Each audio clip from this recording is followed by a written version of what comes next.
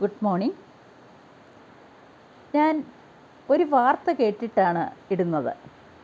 അതായത് എച്ചിലിലയിൽ പ്രദക്ഷിണം അനുവദിച്ചു ഒരു ചീഫ് ജസ്റ്റിസ്. തമിഴ്നാട്ടിലാണ് കാര്യം. അവിടുത്തെ ഒരു സമാധി, ഒരു ബ്രഹ്മേന്ദ്ര സമാധിയിൽ ഒരു ചടങ്ങുണ്ട്.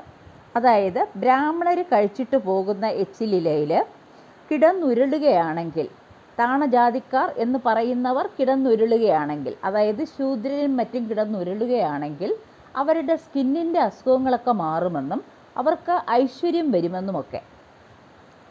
നമ്മൾ ഏതോ കാലത്ത് ബ്രാഹ്മണാധിപത്യം ഉണ്ടായിരുന്ന കാലത്താണ് കുറേ ബ്രാഹ്മണരെ പൂജിച്ചുകൊണ്ടിരുന്നത്.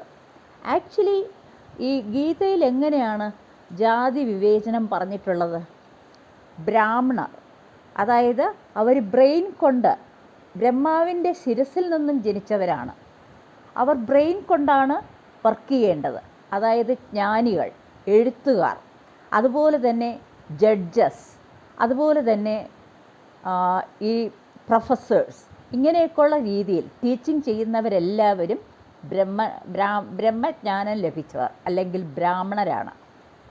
അതുപോലെ തന്നെ ദൈവികമായ മന്ത്രങ്ങൾ അവർക്ക് പ്രാർത്ഥിക്കാം എന്ന് പറഞ്ഞ് ബ്രാഹ്മണൻ്റെ കാലിൽ വീഴണമെന്നില്ല. ഇന്നത്തെ കാലം മാറി. നമ്മൾ കാലത്തിലെ പുറകിലോട്ട് സഞ്ചരിക്കരുത്, മുന്നോട്ട് വേണം പോവാൻ.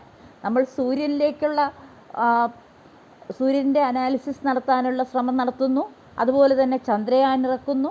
അങ്ങനെയൊക്കെ ഉള്ളപ്പോൾ വീണ്ടും വീണ്ടും പ്രാചീന കാലത്തിലേക്ക് എന്തിനാ പോകുന്നത്? പിന്നെ ക്ഷത്രിയർ, അവർ രജോ ഗുണമുള്ളവരായിരിക്കണം.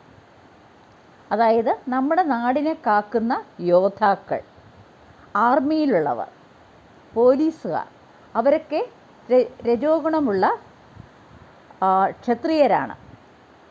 പണ്ട് കാലത്ത് അവരായിരുന്നു രാജ്യം ഭരിച്ചിരുന്നത്. ഇപ്പോൾ സ്ഥിതി മാറി, ആരും രാജ്യം ഭരിക്കാം. ഇനിയോ വൈശ്യർ, ബിസിനസ് നടക്കാതെ നമുക്കൊന്നും പറ്റില്ലല്ലോ. വാണിജ്യങ്ങളും വ്യവസായങ്ങളും നടത്തുന്നവനാണ് വൈശ്യൻ. അതും കഴിഞ്ഞിട്ട് ഉള്ളതാണ് ശൂദ്രർ.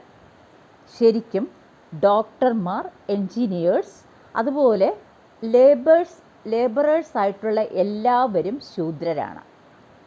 ശൂദ്രരാണ് ശരിക്കും ഒരു രാജ്യത്തെ നിലനിർത്തി പോകുന്നത്. അവരുദ്യോഗസ്ഥരാണ്. ഒരു ശൂദ്രൻ ചെന്ന് ഒരു ബ്രാഹ്മണൻ്റെ എച്ചിലിലയിൽ കിടക്കേണ്ട ആവശ്യമില്ല.